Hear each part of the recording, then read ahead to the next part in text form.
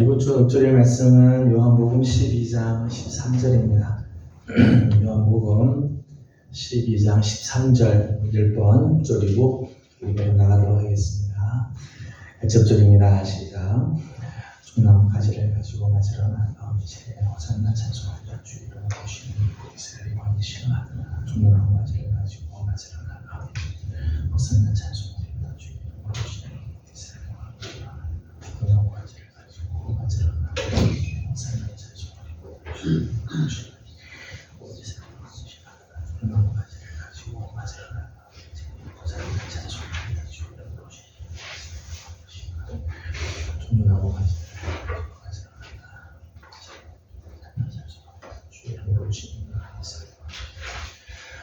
나무 가지를 가지고 맞으러 나가온 호산나 찬송하리라. 주 이름으로 오시니 이스라엘 왕이시여 하더라.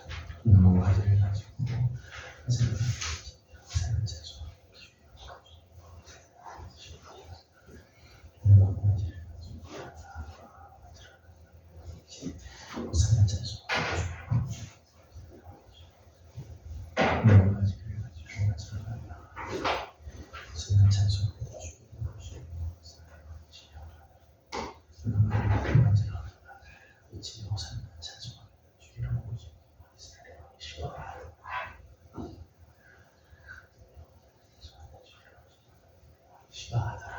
내가 참을 읽겠습니다. 종려나무 가지를 가지고 맞으러 나가 이르시되 호산나 찬송하리로다. 주의 이름으로 오시는 이 곧 이스라엘의 왕이시여 하더라. 아멘. 찬송가 147장 부르겠습니다.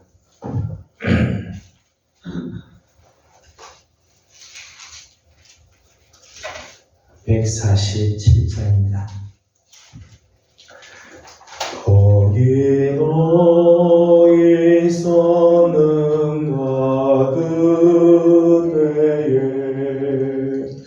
주님 그 십자가에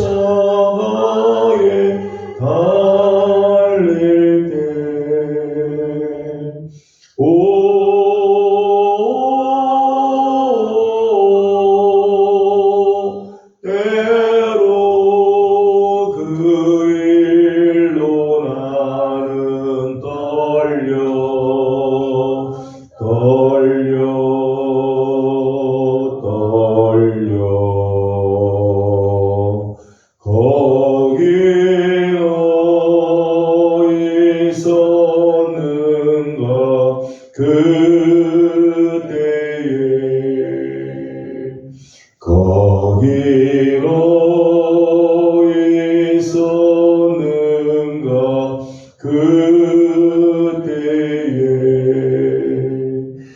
주님 그 나무 위에 달릴 때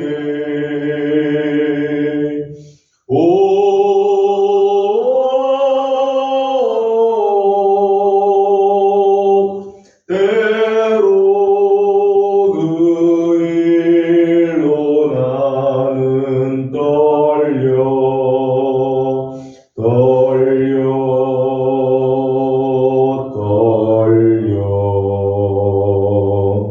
거기 너희 있었는가 그때에 거기 너희 있었는가 그때에 해가 그 밝은 빛을 이을 때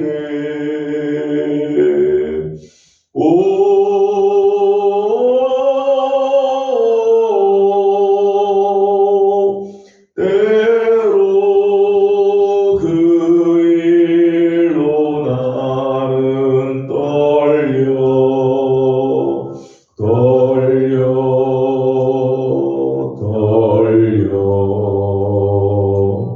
거기 너희 있었는가 그때에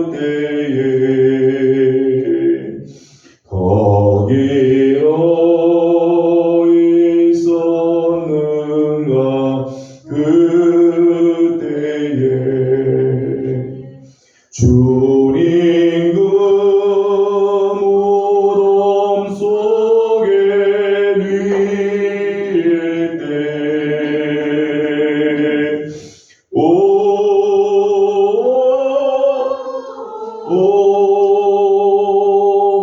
때로 그 일로 나는 떨려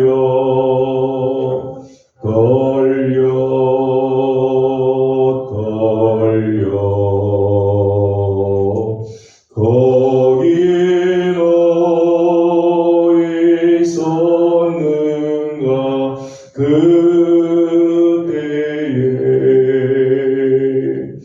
거기 너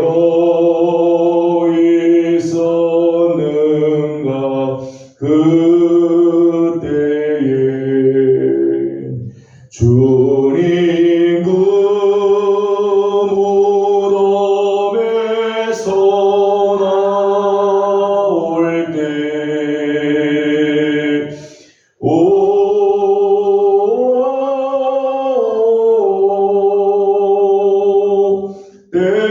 때로 그 일로 주께 영광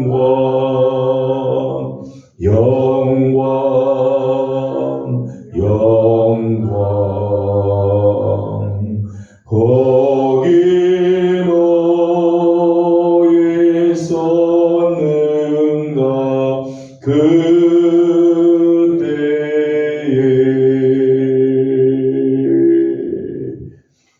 아멘. 찬송가 154장 한 장 더 부르겠습니다. 154장입니다. 생명의 주여 멸류관 받으시옵소서. 날 위해 쓰신 가시관 나 기억합니다. 저 겟세마네 기도를 늘 기억하게 하시고 그 십자가의 은혜로 날 인도하소서. 누셨던 무덤 내게도 보이시옵소서. 잠드신 동안 천사가 굳게 지키었네. 저 겟세마네 기도를 늘 기억하게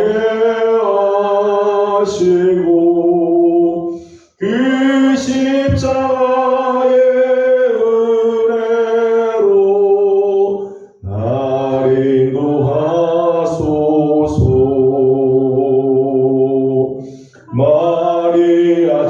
마리아처럼 새벽에 주께로 갑니다.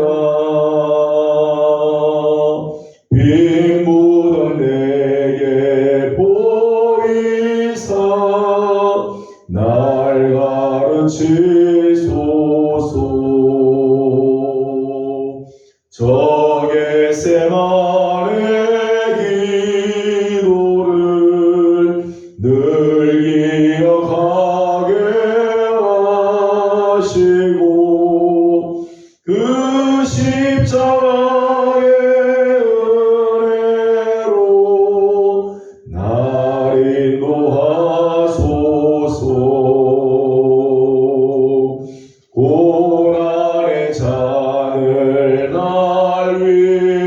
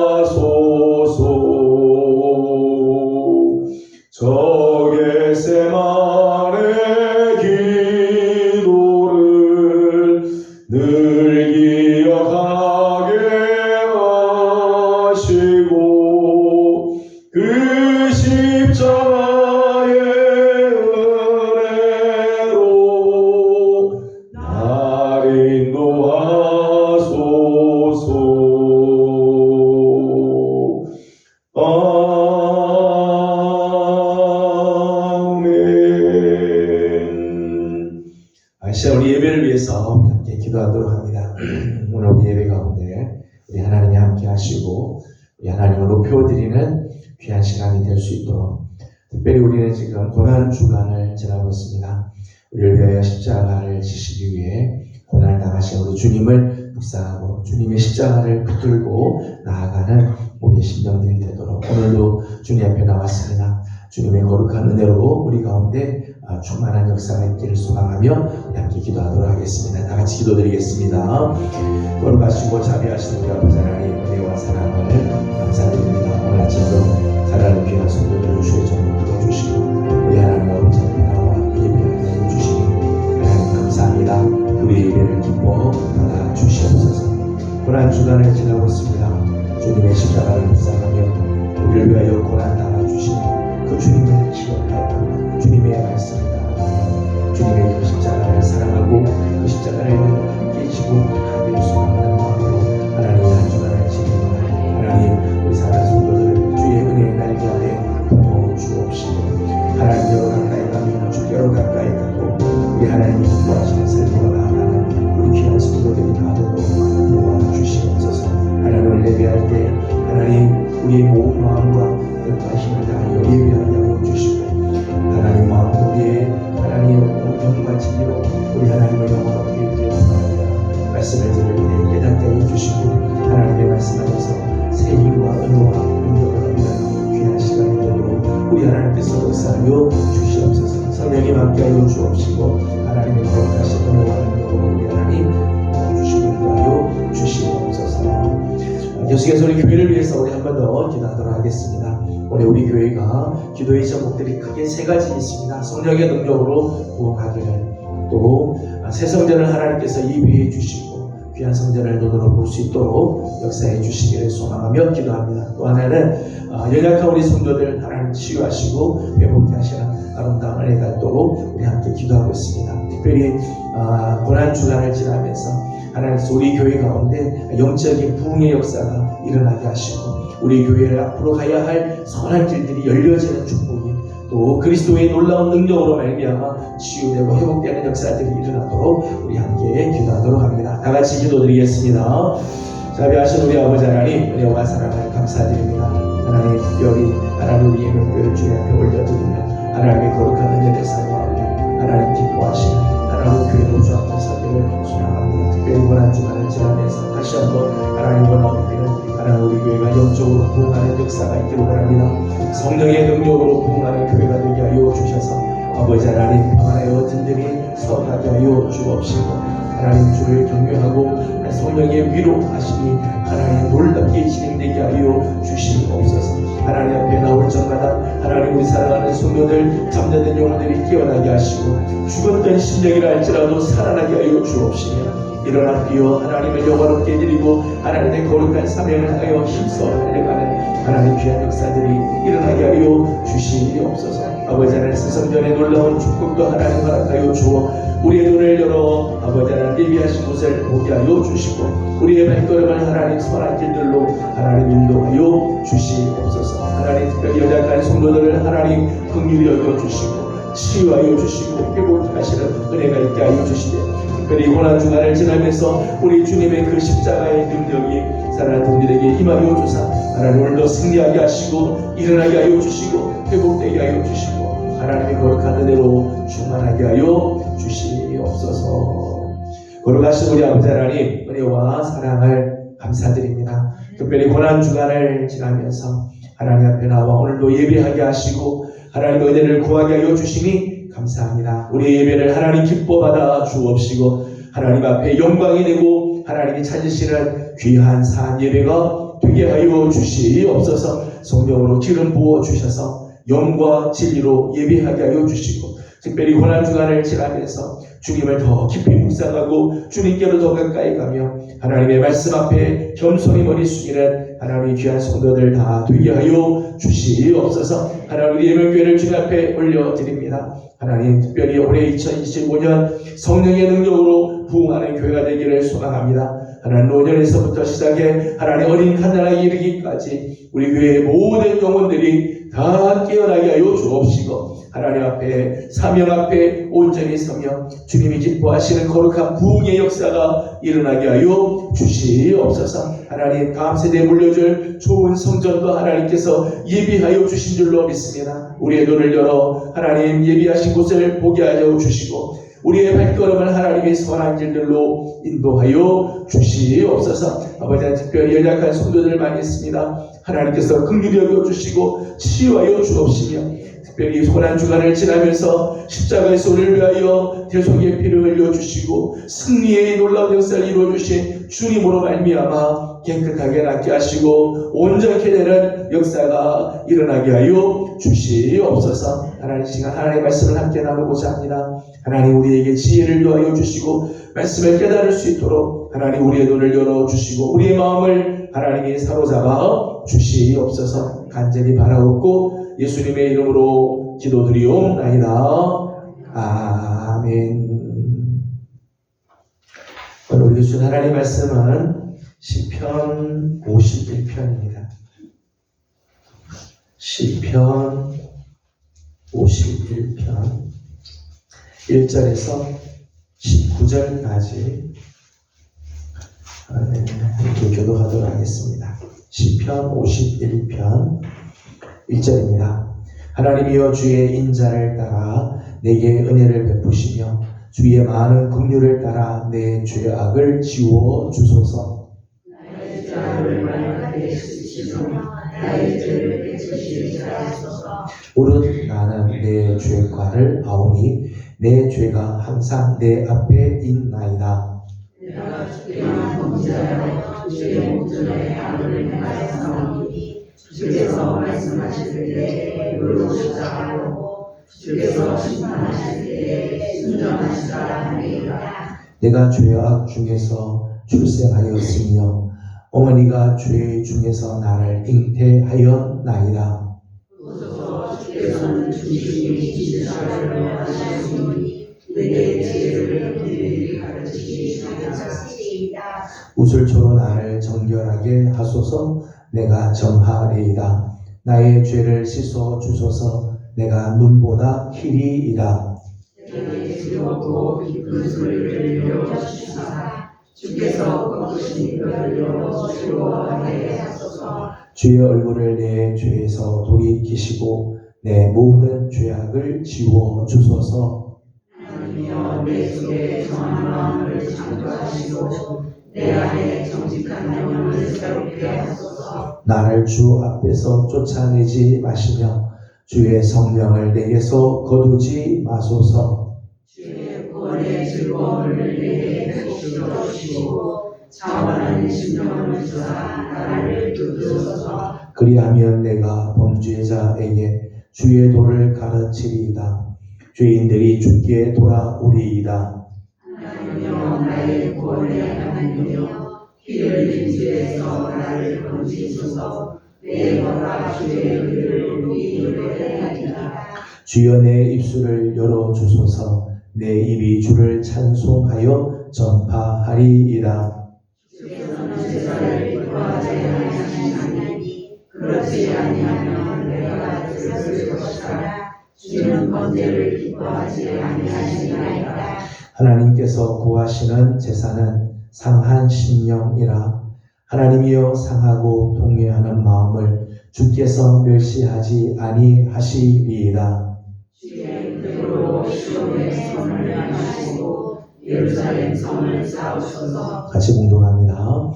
그때에 주께서 의로운 제사와 번제와 온전한 번제를 기뻐하시리니 그때에 그들이 수소를 주의 제단에 드리리이다. 아멘.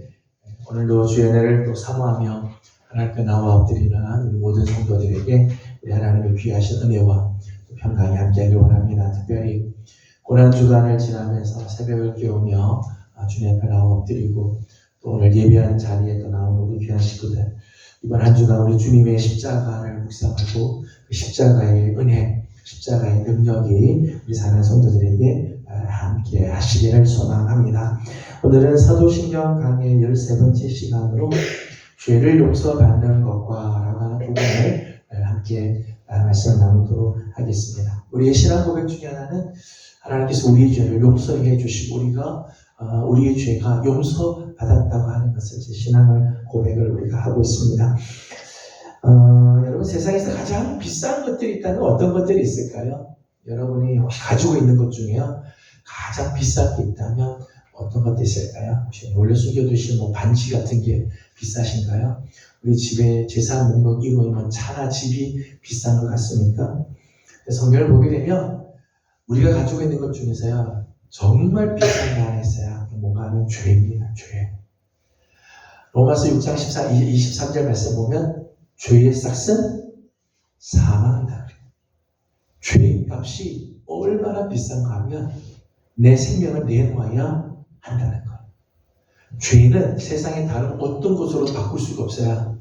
내가 지금 그 죄를 세상에 아무리 다른 어떤 것, 아무리 비싼 것, 세상에 아무리 많은 돈을 갖고 가도 이 죄값을 치울 수가 없다는 거예요.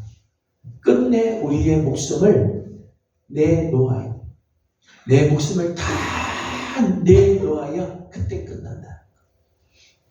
때문에 죄는 가장 비싼 대가를 지불해야 하는 비싼 것, 정말 비싼 무시무시한 것이죠. 죄의 문제가 해결되지 않으면 어떻게 되는가? 다윗은 시편 여러 곳에서 이런 고백을 이렇게 합니다. 시편 6편에 있는 말씀을 함께 보겠습니다. 시편 6편 6절 말씀, 시편 6편 6절의 말씀을 보겠습니다. 6편 6절 말씀 같이 보죠. 6절입니다. 시작. 내가 탄식함으로 피곤하여 밤마다 눈물로 내 신상을 띄우며 내 요를 적시나이다. 아멘. 죄의 문제가 해결되지 않으면요 내 영혼이 막 탄식하고 내 영혼이 피곤해서 밤마다 눈물을 흘려. 내 죄가 해결되지 않으면 이게 두렵고 이게 무섭고 이게 정말 심각하고 밤새 눈물을 흘리는데 침상을 띄울 정도로 내 요를 적실 정도로 됐다는 것. 6장 2절 말씀을 보게 되면 6장 2절에서는 이렇게 돼 있어요. 6장 2절을 같이 읽겠습니다. 여호와여 내가 수척하여 싸우니 내게 은혜를 베푸소서. 여호와여 나의 뼈가 떨리오니 나를 고치소서. 아멘. 내 영혼의 죄가 해결되지 않으면 죄의 문제가 해결되지 않으면 이렇게 돼요. 내가 수척해지고 나의 뼈가 떨릴 정도가 된다. 내 뼈가 막 떨리죠. 죄가 해결되지 않으면요 우리 인생이 이렇게 되어진다는 거예요. 32편에는 시편 32편에는 이렇게 되어 있습니다. 시편 32편 4절과 5절을 같이 읽겠습니다. 시편 32편 4절과 5절을 같이 3절과 4절을 같이 읽겠습니다. 3절 4절로 읽겠습니다. 내가 입을 열지 아니할 때에 종일 신음함으로 내 뼈가 쇠하였도다. 주의 손이 주야로 나를 누르시오니 내 진액이 빠져서 여름 가뭄에 나랑같이 되었나이다. 아멘. 3절에 있는 말씀 보니까 내가 입을 열지 아니할 때에는 그러니까 회개하지 않고 죄의 문제가 해결되지 않을 때는 종일 신음함으로 내 뼈가 쇠하게 된다. 내 뼈가 다시 위에서 막 바스라질 정도가 된다. 4절 말씀 보면 주의 손이 주야로 나를 누르는데 내 진액이 다 빠지고 여름 가뭄에 마름같이 내 온 영혼이 바짝 말라 가뭄같이 가뭄에 마른 땅같이 그렇게 되어질 정도라는 거예요. 여러분 우리 죄가 해결되지 않으면요 우리 영혼 이런 상태에 이릅니다. 내 죄가 해결되지 못한 상태로 그냥 있으면 우리 영혼은 탄식하고 피곤하며 뼈가 다 쇠해지고 진액이 다 빠져버려요. 제대로 살 수가 없게 얻게 되는 거죠. 그래서 32편 1절에 이렇게 말하죠. 허물의 사함을 받고 자신의 죄가 가려진 자는 복이 있도다. 내 죄, 나의 허물이 사함을 받고 내 죄가 가려진 자, 하나님께서 내 죄를 덮어주고 내 죄를 하나님께서 용서해 준 사람, 그 죄가 가려진 자는 진짜 복이 있다. 다윗이 이런 경험을 하지. 자기 생애에서 정말 이런 뼈 아픈 그런 이런 죄를 경험하고 나서 쓴 시들이죠. 대표적인 시가 오늘 우리가 함께 읽은 시편 51편 말씀입니다. 그런데 오늘 말씀을 보게 되면 이 죄의 심각성이 있어요. 죄의 심각성. 죄의 심각성은요, 이 죄에서 자유로운 사람이 한 사람도 없다는 거예요. 오늘 본문 5절에 있는 말씀을 보게 되면 5절에는 이렇게 말씀을 하죠. 오늘 본문 시편 51편 5절을 같이 읽어보겠습니다. 5절입니다. 내가 죄악 중에서 출생하였으며 어머니가 죄 중에서 나를 잉태하였나이다. 아멘. 다윗이 이런 고백을 해. 내가 죄악 중에서 출생하고 어머니가 죄 중에서 나를 잉태. 내가 태어날 때부터 죄 가운데서 출생하고 잉태가 되고 그렇게 태어났대. 다윗만 그럴까요?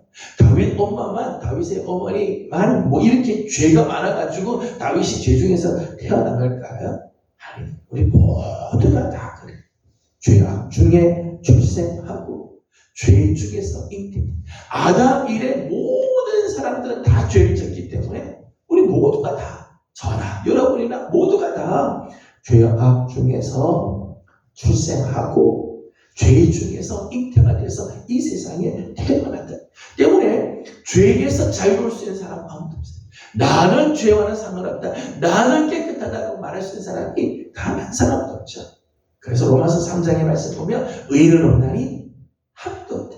선한 사람이 없나니 한 사람도 없다. 성경은 이렇게 선언하죠. 이 죄를 해결하기 위해서는 하나님의 아들이 오셔야 돼요. 하나님. 이 세상에 그 누구도 우리의 죄를 해결할 수 없어요. 하나님의 아들, 하나님의 독생자가 오셔서 그 십자가를 지어주셔야만, 십자가에서 죽으셔야만 그 죄가 해결이 된다. 이 죄가 얼마나 심각한지 우리는 깊이 기억해야 돼요. 우리가 이번 한 주간 십자가라고 하는 주제를 가지고 고난 주간 새벽 교제를 하고 있습니다. 예수님의 그 십자가, 속죄의 십자가라고 했어요. 우리의 모든 죄값을 감당하기 위해서, 그 죄값을 다 치르기 위해서 예수님 십자가에서 죽으실 수밖에 없어요. 그만큼 우리의 죄가 무섭고 우리의 죄가 심각하고 우리가 다 이 죄 아래에 지금 있다는 거죠. 죄가 이렇게 무서운 거예요. 그런데 죄에 대해서 극단적인 자세가 두 가지 자세가 있어요. 죄에 대해서 두 가지 극단적인 모습이 있는데 그 중에 하나는 죄에 대해서 무감각한, 죄에 대해서 무감각. 아주 극단적인 죄에 대해서 무감각. 자신이 죄를 저질렀다는 사실조차 모르고 자기가 죄인이라는 것조차를 몰라요. 그리고 자기가 저지른 죄의 무게가 얼마나 무거운지 그 무게감에 대해서도 심각하게 생각해요. 자기가 죄를 졌다고는 생각하지만 그 죄가 이렇게 무서운지, 자기를 죽음으로 파멸로 하나님의 아들이 십자가에서 죽지 않으면 안 될 만큼 이 죄가 무겁다고 하는 것을 모른다. 그러니까 다시 말하면 마음에 화인을 맞은 거죠. 양심의 화인을 맞아서 죄를, 저도 이게 죄인지 아닌지 보자하게 죄를 짓고도 뻔뻔하게 죄를 짓고도 자기는 죄인이 아닌 것처럼 살고 다른 사람의 죄만 막 이야기하는 그런 모습들이 있습니다. 이게 죄에 대해서 아주 극단적인 그런 모습이죠. 그런 다음에 또 다른 극단이 있어요. 또 다른 극단은 스스로 죄책감에 빠져서 죄의식에 사로잡히는 모습이에요. 반대로 늘 죄책감에서 그 얼굴에 늘 근심과 걱정과 주눅 들고 죄의식에 빠져서 한순간도 기쁨이 없는, 죄에 짓눌려서 정상적인 삶을 살지 못해요. 죄의식에 사로잡혀서 밝게 살지 못해, 누구 앞에도 서지 못하고 정상적인 인격을 가지지 못하고 유지하지 못하는 그런 경우들이 있어요. 성도들 중에도 이런 분들이 있어요. 스스로 죄책감에 들어요. 10년 전, 20년 전에 지었던 죄가 아직까지도 나를 짓누르고 그 죄에 시달려서 찬송도 안 나오고 사람들을 만나지도 못하고 웃는 것조차도, 그러니까 얼굴에 예수를 믿긴 하지만 얼굴에 온통 수심으로만 가득 차 있는 경우들도 있습니다. 사실 다 극단적인 거죠. 죄에 대해서 전혀 모르고 죄 없는 것처럼 살아가는 사람도 문제지만, 죄책감에 빠져서 죄의식에 사로잡혀서 하늘의 기쁨, 소망, 감사, 은혜, 이것들 전혀 모르고 살아가는 모습도 잘못된 모습이지. 오늘 우리가 함께 나누려고 하는 부분은, 우리는 다 죄인이지만 예수 그리스도로 말미암아 우리가 죄를 용서받았다고 하는 것을 오늘 우리가 함께 나누려고 해요.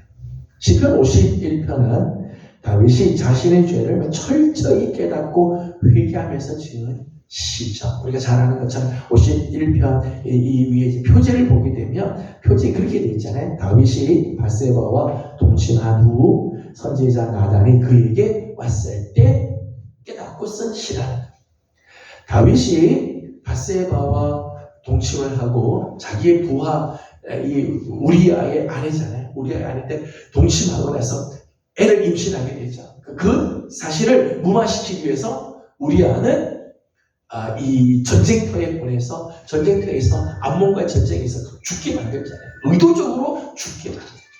그러니까 다윗이 지금 이 밧세바와 동침하는 이 간음의 죄, 그리고 그것을 무마하고 그걸 덮기 위해서 우리아를 죽이는 의도적으로 살인을 교사한 죄, 아주 심각한, 우리 인간의 세계에서조차도, 예수 믿지 않는 사람들, 하나님 없는 사람들의 세계에서조차도 정말 사악한 죄를 다윗이 짓잖아요. 근데 문제는 뭔가 하면, 다윗이 이렇게 죄를 짓고도요, 보조실장입니다. 그러다가 나단 선지자가 옵니다. 나단 선지자를 하나님께서 보내서 나단 선지자가 다윗을 향해서 죄를 지적하잖아요. 네가 하나님 앞에 얼마나 큰 죄를 지었지 아냐고 지적을 합니다. 근데 그때 다윗이 깨달아서 내가 이 죄를 지었구나. 여러분, 이게 참 재밌다고 표현하기 좀 너무 그런데요. 다윗 같은 사람도요, 죄를 짓고도요, 자기가 죄를 지었는지조차 몰라요.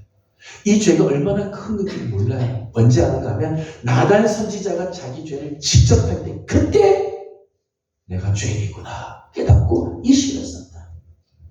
여러분, 우리가 예수를 믿고 직분을 받고 신앙생활 한 지 오래돼도요, 우리도 이런 실수할 때가 있어요. 죄를 짓고도요, 모를 때가 있어요. 내 죄가 이게 얼마나 심각한 죄인지. 성령께서 내 안에서 죄를 지적하고 내 죄가 어떤 죄인지를 보여주기 전에는요, 우리도요, 죄 없는 것처럼 살아갈 때가 있다는 거죠. 죄를 정의한다면 이렇게 정의할 수 있어요. 단순히 도덕적인 결함이나 잘못이 아니라 하나님과 정상적인 관계를 갖지 못하는 상태. 죄는 어떤 잘못한 게 죄가 아니고요. 실수했다, 도덕적으로 결함이다, 이게 죄가 아니고요. 근본적으로는 하나님과 정상적인 관계를 갖지 못하고 어긋난 상태. 하나님의 뜻에서부터 어긋난 상태가 죄라고 하는 거죠. 그래서 죄라고 하는 말을 헬라어로는 하마르티아 그렇게 해요. 하마르티아라고 하는 말은요, 원래 뜻이 언제 이 하마르티아라는 말을 쓰는가 하면, 군수가 이제 활을 쏘잖아요. 활을 쏘는데 관역이 있습니다. 관역이 딱 맞을 때는 오케이. 그런데 그 관역에 맞지 않고 관역에서 빗나갔을 때, 관역을 향해 쐈지만 관역에 맞지 않고 빗나갈 때 그것을 하마르티아 그렇게 해요. 하나님께서 우리에게 주신 말씀, 하나님께서 우리에게 원하시는 뜻, 하나님께서 우리에게 원하시는 하나님의 의도가 있어요. 거기에서부터 빗나가는 다 죄라고 하는, 이게 죄예요. 때문에 사람들 사이에서는 이게 별것 아닌 것처럼 보이도요, 하나님 앞에서 엄청난 죄일 수 있어요. 사람들이 볼 때는 그게 무슨 죄냐라고 할지 모르지만 하나님 앞에서는 이게 어마어마하게 심각한 죄일 수가 있다. 새벽에도 제가 잠깐 말씀을 드렸습니다. 네? 여러분, 주일 성수하지 않고 세상에서 여행을 갈 수 있죠. 그죠? 주일날 예배 빠지고 뭐 친구들 만날 수도 있고요. 여행 갈 수 있어요. 놀러 갈 수 있습니다. 세상 사람들이 보기에 그게 무슨 도덕적인 죄겠어요. 그거 했다고 무슨 뭐 어마어마한 죄를 지었다고 사람들 생각하지 않아요. 그러나 하나님 앞에서는 이거 큰 죄죠. 주의를 범하고 내 욕심의 욕심을 쫓아서 살아간 거 하나님 앞에서는 심각한 죄. 심각한 죄. 여러분 점 치는 거요. 우상을 섬기거나 아니면 점 보러 갔어요. 예수 믿는데 점 보러 갔습니다. 세상 사람들이 보기에는 뭐 점 한번 볼 수도 있지, 재미삼아 점 볼 수도 있지, 뭐 이렇게 생각할 수 있습니다. 그게 무슨 도덕적으로 이 사회에 무슨 지탄받을 일인가요? 사람들은 그걸 죄라고 생각하지 않아요. 그런데요, 하나님에게는 이제 이거 어마어마한 죄죠. 하나님 믿는 사람들이 점 보러 다니고요, 구슬한 그런 건 안 돼. 이거는 뭐 하나님의 계명을 완전히 무너뜨린 그런 죄잖아요. 그런 걸 보면 죄라고 하는 거는 세상 사람들의 기준으로 봐서는 죄가 어디를 기준으로요? 하나님의 말씀. 하나님의 뜻에 나는 지금 맞추어 사는. 그렇지 않은 게 다 죄라는 거예요. 하마르티는 벗어난 삶. 죄가 얼마나 무서운가, 죄의 위험성에 대해서 오늘 보면 여러 가지를 말씀을 했어요. 11절 말씀을 읽어보도록 하겠습니다. 11절 같이 읽어보겠습니다. 나를 주 앞에서 쫓아내지 마시며 주의 성령을 내게서 거두지 마소서. 아멘. 11절 말씀은 다윗이 자기 죄를 깨닫고 나서 정말 두려워했었대요. 다윗이 정말 두려워. 지금 자리에서 왕의 자리에 있잖아요. 왕의 자리에 있으면서 정말 두려워하고 있는 부분은 뭔가 하면, 하나님 나를 주님 앞에서 쫓아내지 마십시오. 주의 성령을 내게서 거두지 마십시오. 다윗이 그때 깨달았어요. 내 안에 죄가 들어오면 하나님과의 교제가 다 깨져버린다. 하나님 앞에 나갈 수도 없고 하나님께서 주셨던 성령을 다 거두어버리고 하나님 앞에 나와 교제하는 그 축복, 하나님을 만나는 그 기쁨, 하나님께서 베풀어 주시는 그 은혜를 다 이 죄가 앗아가 버린다는 거죠. 앗아가 버린다. 내가 아무리 왕이지만 왕의 지위로도 어쩔 수 없는 상태에 떨어지게 된다. 여러분, 죄가 이렇게 무서워요. 죄가 이렇게 위험해요. 죄가 우리 안에 들어와 뿌리를 내리기 시작하고 쓴뿌리가 들어가고 견관을 질을 치면요, 하나님과의 교제가 끊어지기 시작해요. 점점 하나님보다 멀어져요. 교회에 나오기는 나오지만 하나님의 은혜가 전혀 내 안에 들어오지 못해. 하나님의 은혜의 전체를 못하는. 그러면서 한 주, 두 주 교회를 빠지게 되고 예배 빠지게 되고, 그리고 하나님으로부터 점점 멀어지게 돼요. 죄의 이 얼마나 무서워. 다윗은 그럽니다. 나를 주님 앞에서 쫓아내지 마십시오. 죄를 지면 하나님 앞으로 갈 수가 없고 쫓아내짐을 받는, 내쫓김을 받는다는 것을 알았다는 거죠. 12절 말씀, 13절 말씀에는 이렇게 12절 말씀에는 이렇게 말씀이 나오죠. 12절을 같이 읽겠습니다. 주의 구원의 즐거움을 내게 회복시켜 주시고 자원하는 심령을 주사 나를 붙드소서. 아멘. 주의 구원의 즐거움을 내게 회복시켜 주시고, 죄를 지었을 때는요, 구원의 즐거움이 다 빼앗겨버리고 만다. 죄가 우리 안에 들어오면 하나님을 믿어도 기쁨도 즐거움도 누리지. 하나님께서 주시는 그 은혜로 말미암아 기쁘고 하루하루가 행복하고, 하나님께서 주시는 그 구원의 은총으로 말미암아 정말 살맛이 나고, 세상적으로는 어려운 일이 많아도 구원의 그 즐거움으로 인해서 매일매일이 정말 행복하고, 그런데 죄가 들어오면 이 구원의 즐거움을 다 빼앗겨 버리고 만다. 하나님을 믿어도 기쁨이 없고 예수를 믿어도 즐거움을 누리지 못하는 삶을 살게 되어진다는 거예요. 16절 말씀을 읽어보겠습니다. 16절입니다. 주께서는 제사를 기뻐하지 아니하시나니 그렇지 아니하며 내가 아니하시나이다. 아멘. 내가 죄를 지면요, 주께서 제사를 기뻐하지 않아요. 내가 아무리 예배를 드리고 화려한 예배, 아무리 많은 헌금을 드리고 내가 찬란한 예배를 준비해서 드려도요, 드리는 제사를 하나님이 기쁘게 받지 않으십니다. 종교 행사로는 끝날지 모르지만 수없이 많은 제물을 하나님께 드릴지는 몰라도 하나님 받지 않는 제사가 되어버리고 죄의 위험. 죄가 들어오면 우리의 예배, 우리의 제사가 다 헛된 제사가 되고 공허한 예배가 되어버리고 만다. 죄가 이렇게 정말 무서워요. 그런데 참 오늘 우리가 놀란 거는 그 죄가 우리 안에 있지만 우리에게는 죄의 해결의 길이 있다는 거예요. 이 죄를 용서받는 길이 있다는 거예요. 죄의 용서에 대한 선포가 우리에게 있다. 주일이면은 우리가 이제 이 통회의 기도를 우리가 드리자. 친구 가운데 있지만은 우리가 하나님 앞에 회개하고 나면 사죄의 선포가 있잖아요. 하나님의 말씀이 우리의 죄를 용서해 주는 선포가 있잖아요. 죄의 용서의 선포가 있잖아요. 제가 좀 써드렸습니다. 여러분 같이 한번 읽어보도록 하겠습니다. 죄의 용서에 대한 선포, 우리 다 같이 한번 읽어보겠습니다. 하나님께서 친히 마련하신 사죄의 근거 때문에 우리의 모든 죄를 용서하셨을 뿐 아니라 우리의 죄의 본성도 기억하지 아니하시고 그에 대하여 정죄하시거나 형벌을 내리지 않으신다는 것. 아멘. 이게 죄 용서에 대한 선포. 우리가 이렇게 심각한 죄를 짓고 우리가 그런 무서운 죄 가운데 우리가 거하지만 하나님께서 친히 마련하신 사죄의 근거 때문에, 사죄의 근거에 대해서 말씀을 드리겠습니다만, 사죄의 근거 때문에 하나님께서 우리의 죄를 용서해 주시고 우리의 죄가 용서받는 길이 열려지게 됩니다.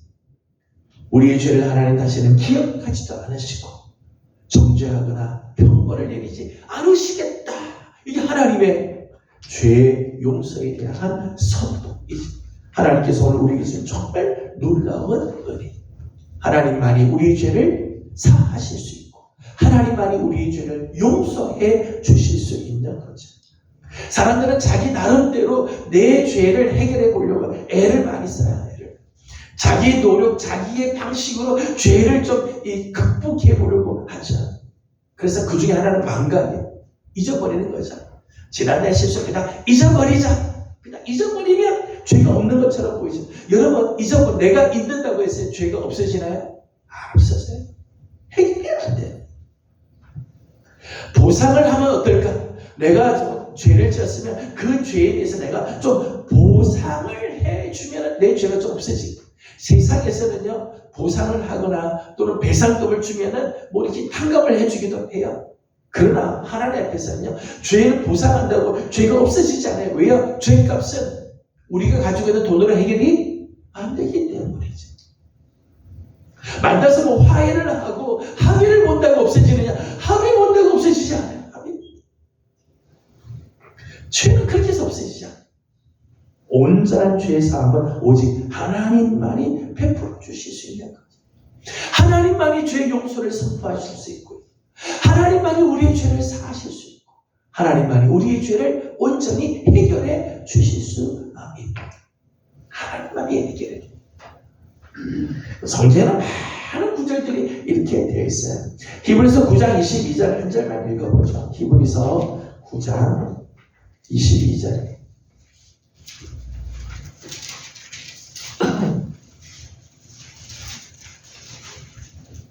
히브리서 9장 22절을 같이 읽겠습니다. 22절입니다.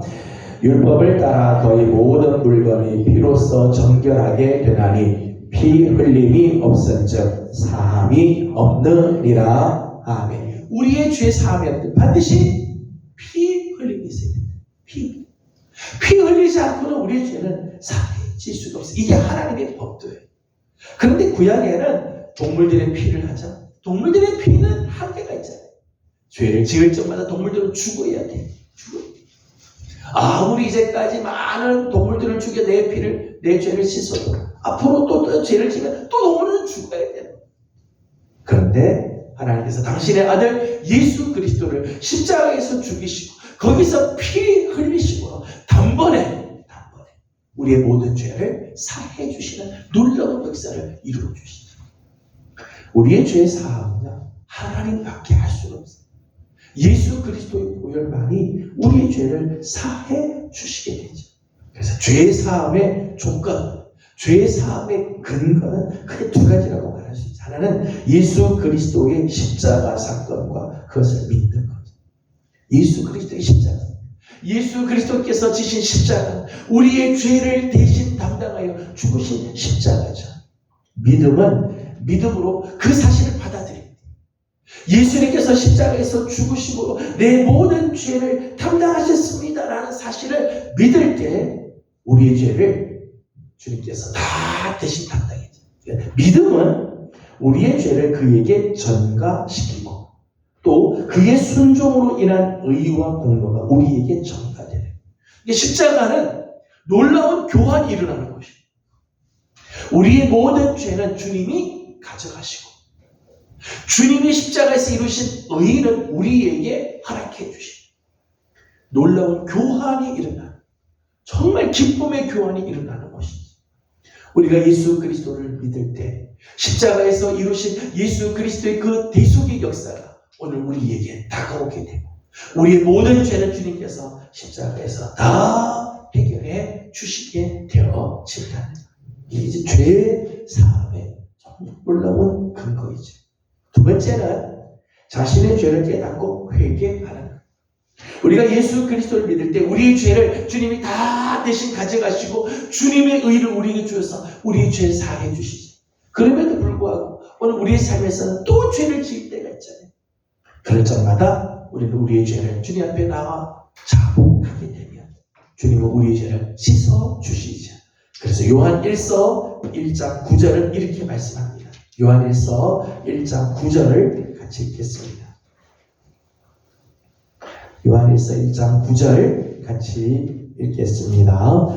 만일 우리가 우리 죄를 자백하면 그는 미쁘시고 의로우사 우리 죄를 사하시며 우리를 모든 불의에서 깨끗하게 하실 것이요. 아멘.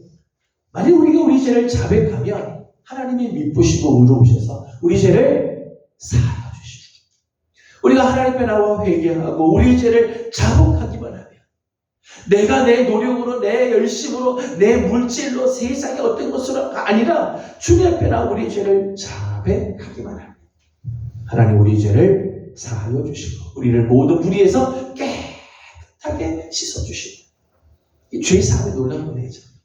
예수 그리스도의 십자가를 믿음으로 우리의 죄를 주님께서 다 거둬가시고 오늘 우리의 삶에서 우리의 죄를 자백하고 회개하고 하나님께 엎드릴 적마다 우리의 죄를 하나님께서 다 사하여 주시고 우리를 깨끗하게 해 주신다. 여러분, 우리 내가 내 죄를 얼마나 깊이 느끼느냐만큼 사실 하나님의 은혜, 용서의 기쁨이요 더 커지게 돼 있어요. 그래서 죄가 있는 곳에 은혜가 있다라고 하는 말씀이 있어요. 죄가 많은 곳에 은혜가 있다고 하는 말은 죄 많이 지면 은혜도 많이 받는다는 말이 아니고 내 죄가 얼마나 큰지, 내 죄가 얼마나 무서운지를 아는 만큼 주님의 용서가 크게 느껴진다. 여러분은요, 더 이상 죄를 안 줘도요, 이제까지 지은 죄만 해도 우린 죽어도 가고, 죽어도 다 갚지 못할 죄를 지은 사람들. 더 죄를 질 필요 없이요, 내가 얼마나 지은 죄가 무서운 죄를 깊이 깨달아. 그 깨달은 만큼 우리는 용서의 감격을 누리게 되고, 하나님 우리를 사랑하시는 그 사랑이 느껴지게 되어지는 거죠. 죄의 사함의 놀라운 은총. 하나님께서 우리의 죄를 용서해 주시는 길이죠. 믿음으로 주의 십자가를 바라보며 날마다 회개하고 엎드리며 하나님께서 우리의 죄를 사하시고 용서해 주시고 깨끗게 하시는 아름다운 은혜를 허락해 주십니다. 저는 우리 사랑하는 성도들의 삶에도 이런 아름다운 죄 사하심의 귀한 은혜, 우리의 죄를 용서해 주시는 이 하나님의 은혜를 맛보며 살아가는 성도들이 되기를 소망합니다.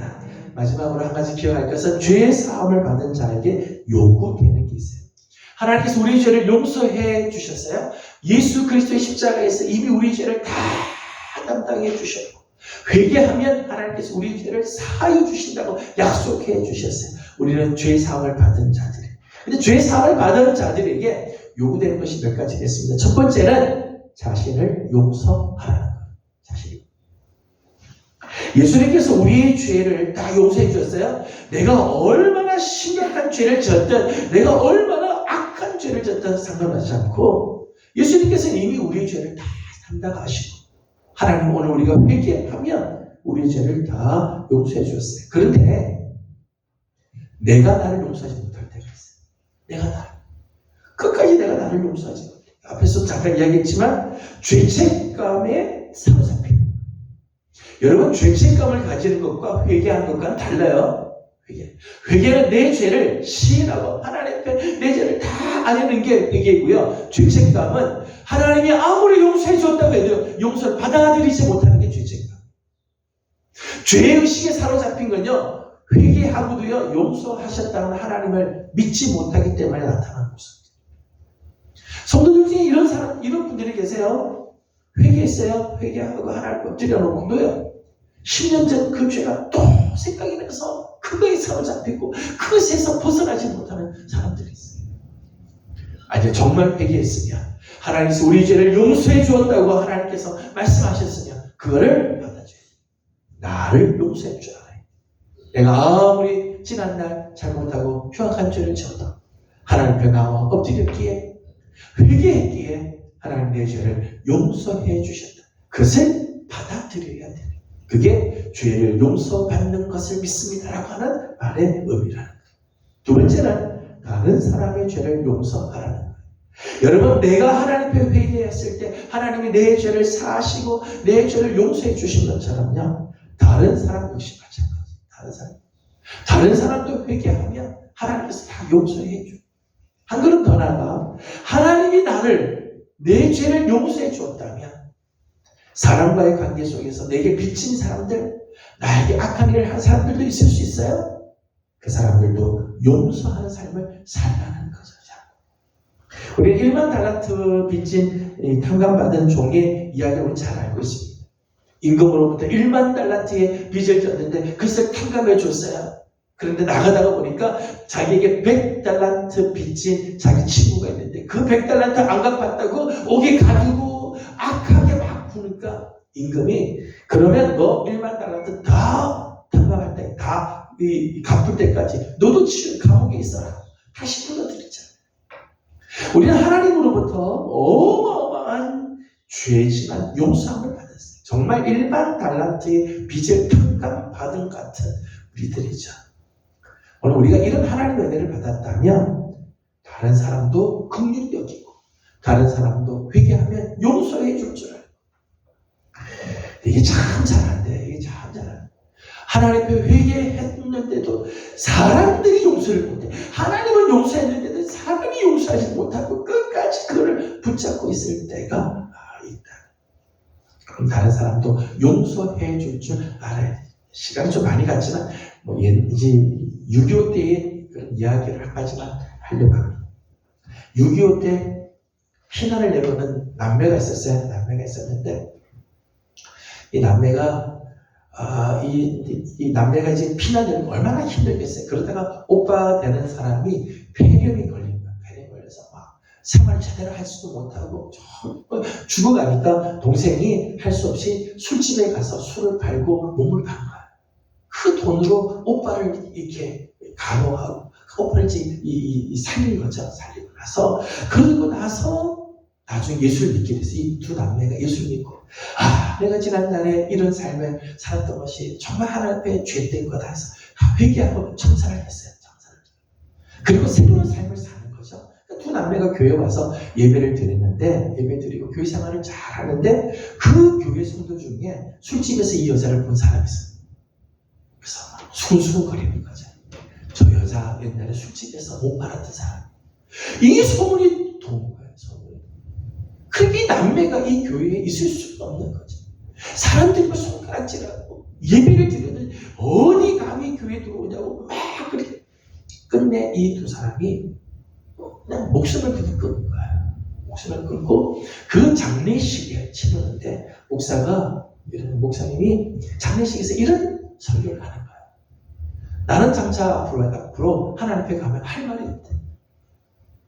하나님이 나에게 너는 내 양을 양을 잘 치고 왔냐고 물으신다면 나는 그때 할 말이 없다. 나는 양을 친 게 아니라 일이 때만 치다가 왔기 때문에 나는 할 말이 없다. 이런 설교를 하고 여러분 참 이게 심하긴 하지만은 이런 일들이야 우리 안에도 있을 수가 있어요. 하나님은 용서해 줬는데 우리가 용서를 못하고 우리의 판단으로 사람들을 자꾸 보는 경우들이 있을 때가 있다는 거예요. 우리가 정말 죄 사함을 받았다면 나 자신을 용서할 줄 알아야 돼. 또 내게 잘못한 사람도 용서해 줄 줄 아는 삶을 살아야 되는 거죠. 마지막 한 가지는 새로운 삶에 대한 고백입니다. 마태복음 8장을 보게 되면 나도 너를 용서하니 다시는 죄를 짓지 마라. 가나안 현장에서 잡힌 여인에게 하는 말. 나도 너를 정죄하지 않니 다시는 죄를 짓지 마라. 회개에 합당한 열매를 맺으라. 우리가 회개했으면 다시는 그 죄로 돌아가면 안 되죠. 회개하고 또 그 자리에 또 하면 베드로 사도가 이야기한 것처럼 토한 거에 다시 돌아가는 개, 목욕하고도 다시 시궁창으로 들어가는 돼지와 뭐가 다를 바가 있겠느냐. 오늘 우리가 회개했으면 회개에 합당한 열매를 맺기를 힘쓰는 우리의 삶이 되어야 할 것입니다. 우리는 사도신경으로 신앙을 고백하면서 죄를 용서받는 것을 우리 고백합니다. 하나님, 내 죄는 누구도 해결할 수 없지만 하나님께서 용서해 주시고 예수 그리스도께서 피 흘려 주시고 우리의 죄를 다 용서해 주신 것을 믿을 뿐만 아니라 그러면 오늘 우리도 용서하고 다른 사람도 용서하며 회개에 합당한 열매를 맺는 삶을 살아가는 결단이 우리 가운데 있어야 할 것입니다. 저는 이런 귀한 삶을 사는 특별히 고난주간 우리가 이런 삶으로 다시 한번 다짐하고 나아가는 우리 성도들이 되기를 주님의 이름으로 소망합니다. 기도하겠습니다. 거룩하신 우리 하나님 은혜와 사랑을 감사드립니다. 특별히 고난주간 우리가 주님의 고난을 묵상하면서 오늘은 죄를 용서받는 것에 대한 말씀을 나눕니다. 하나님 우리 죄가 얼마나 무서운지 내 힘으로는 내 능력으로는 내 죄를 해결할 수 없지만 하나님께서 당신의 독생자 예수 그리스도를 십자가에 내어 주시고 피 흘려 주시고 우리의 죄를 다 사하여 주시고 우리를 깨끗하게 하여 주시니 감사드립니다. 이제 그 주님을 믿는 믿음, 십자가의 주님을 믿는 믿음으로 주님 앞에 서게 하여 주옵시고 날마다 우리의 죄를 자백하며 하나님 우리를 깨끗하게 씻어 주실 줄로 믿습니다. 하나님 나 스스로를 용서할 줄 알게 하여 주시고 다른 사람을 용서하며 회개에 합당한 열매를 맺는 우리 귀한 성도들 되게 하여 주시옵소서. 하나님 오늘도 가지고 온 기도의 제목들이 있습니다. 간구하는 기도들마다 하나님께서 응답하시고 은혜를 베풀어 주시기를 원하며 예수님의 이름으로 기도드리옵나이다. 아멘. 하늘에 계신 우리 아버지의 이름을 거룩하게 하시며 아버지의 나라가 오게 하시며 아버지의 뜻이 하늘에서와 같이 땅에서도 이루어지게 하소서. 오늘 우리에게 일용할 양식을 주시고 우리가 우리에게 잘못한 사람을 용서하여 준 것 같이 우리 죄를 용서하여 주시고 우리를 시험에 빠지지 않게 하시고 악에서 구하소서. 나라와 영광이 영원히 아버지의 것입니다. 아멘. 말씀을 기억하면서 우리 계속해서 가지고 온 기도 제목들 주님께 올려드리고 돌아가도록 합니다. 기도하겠습니다.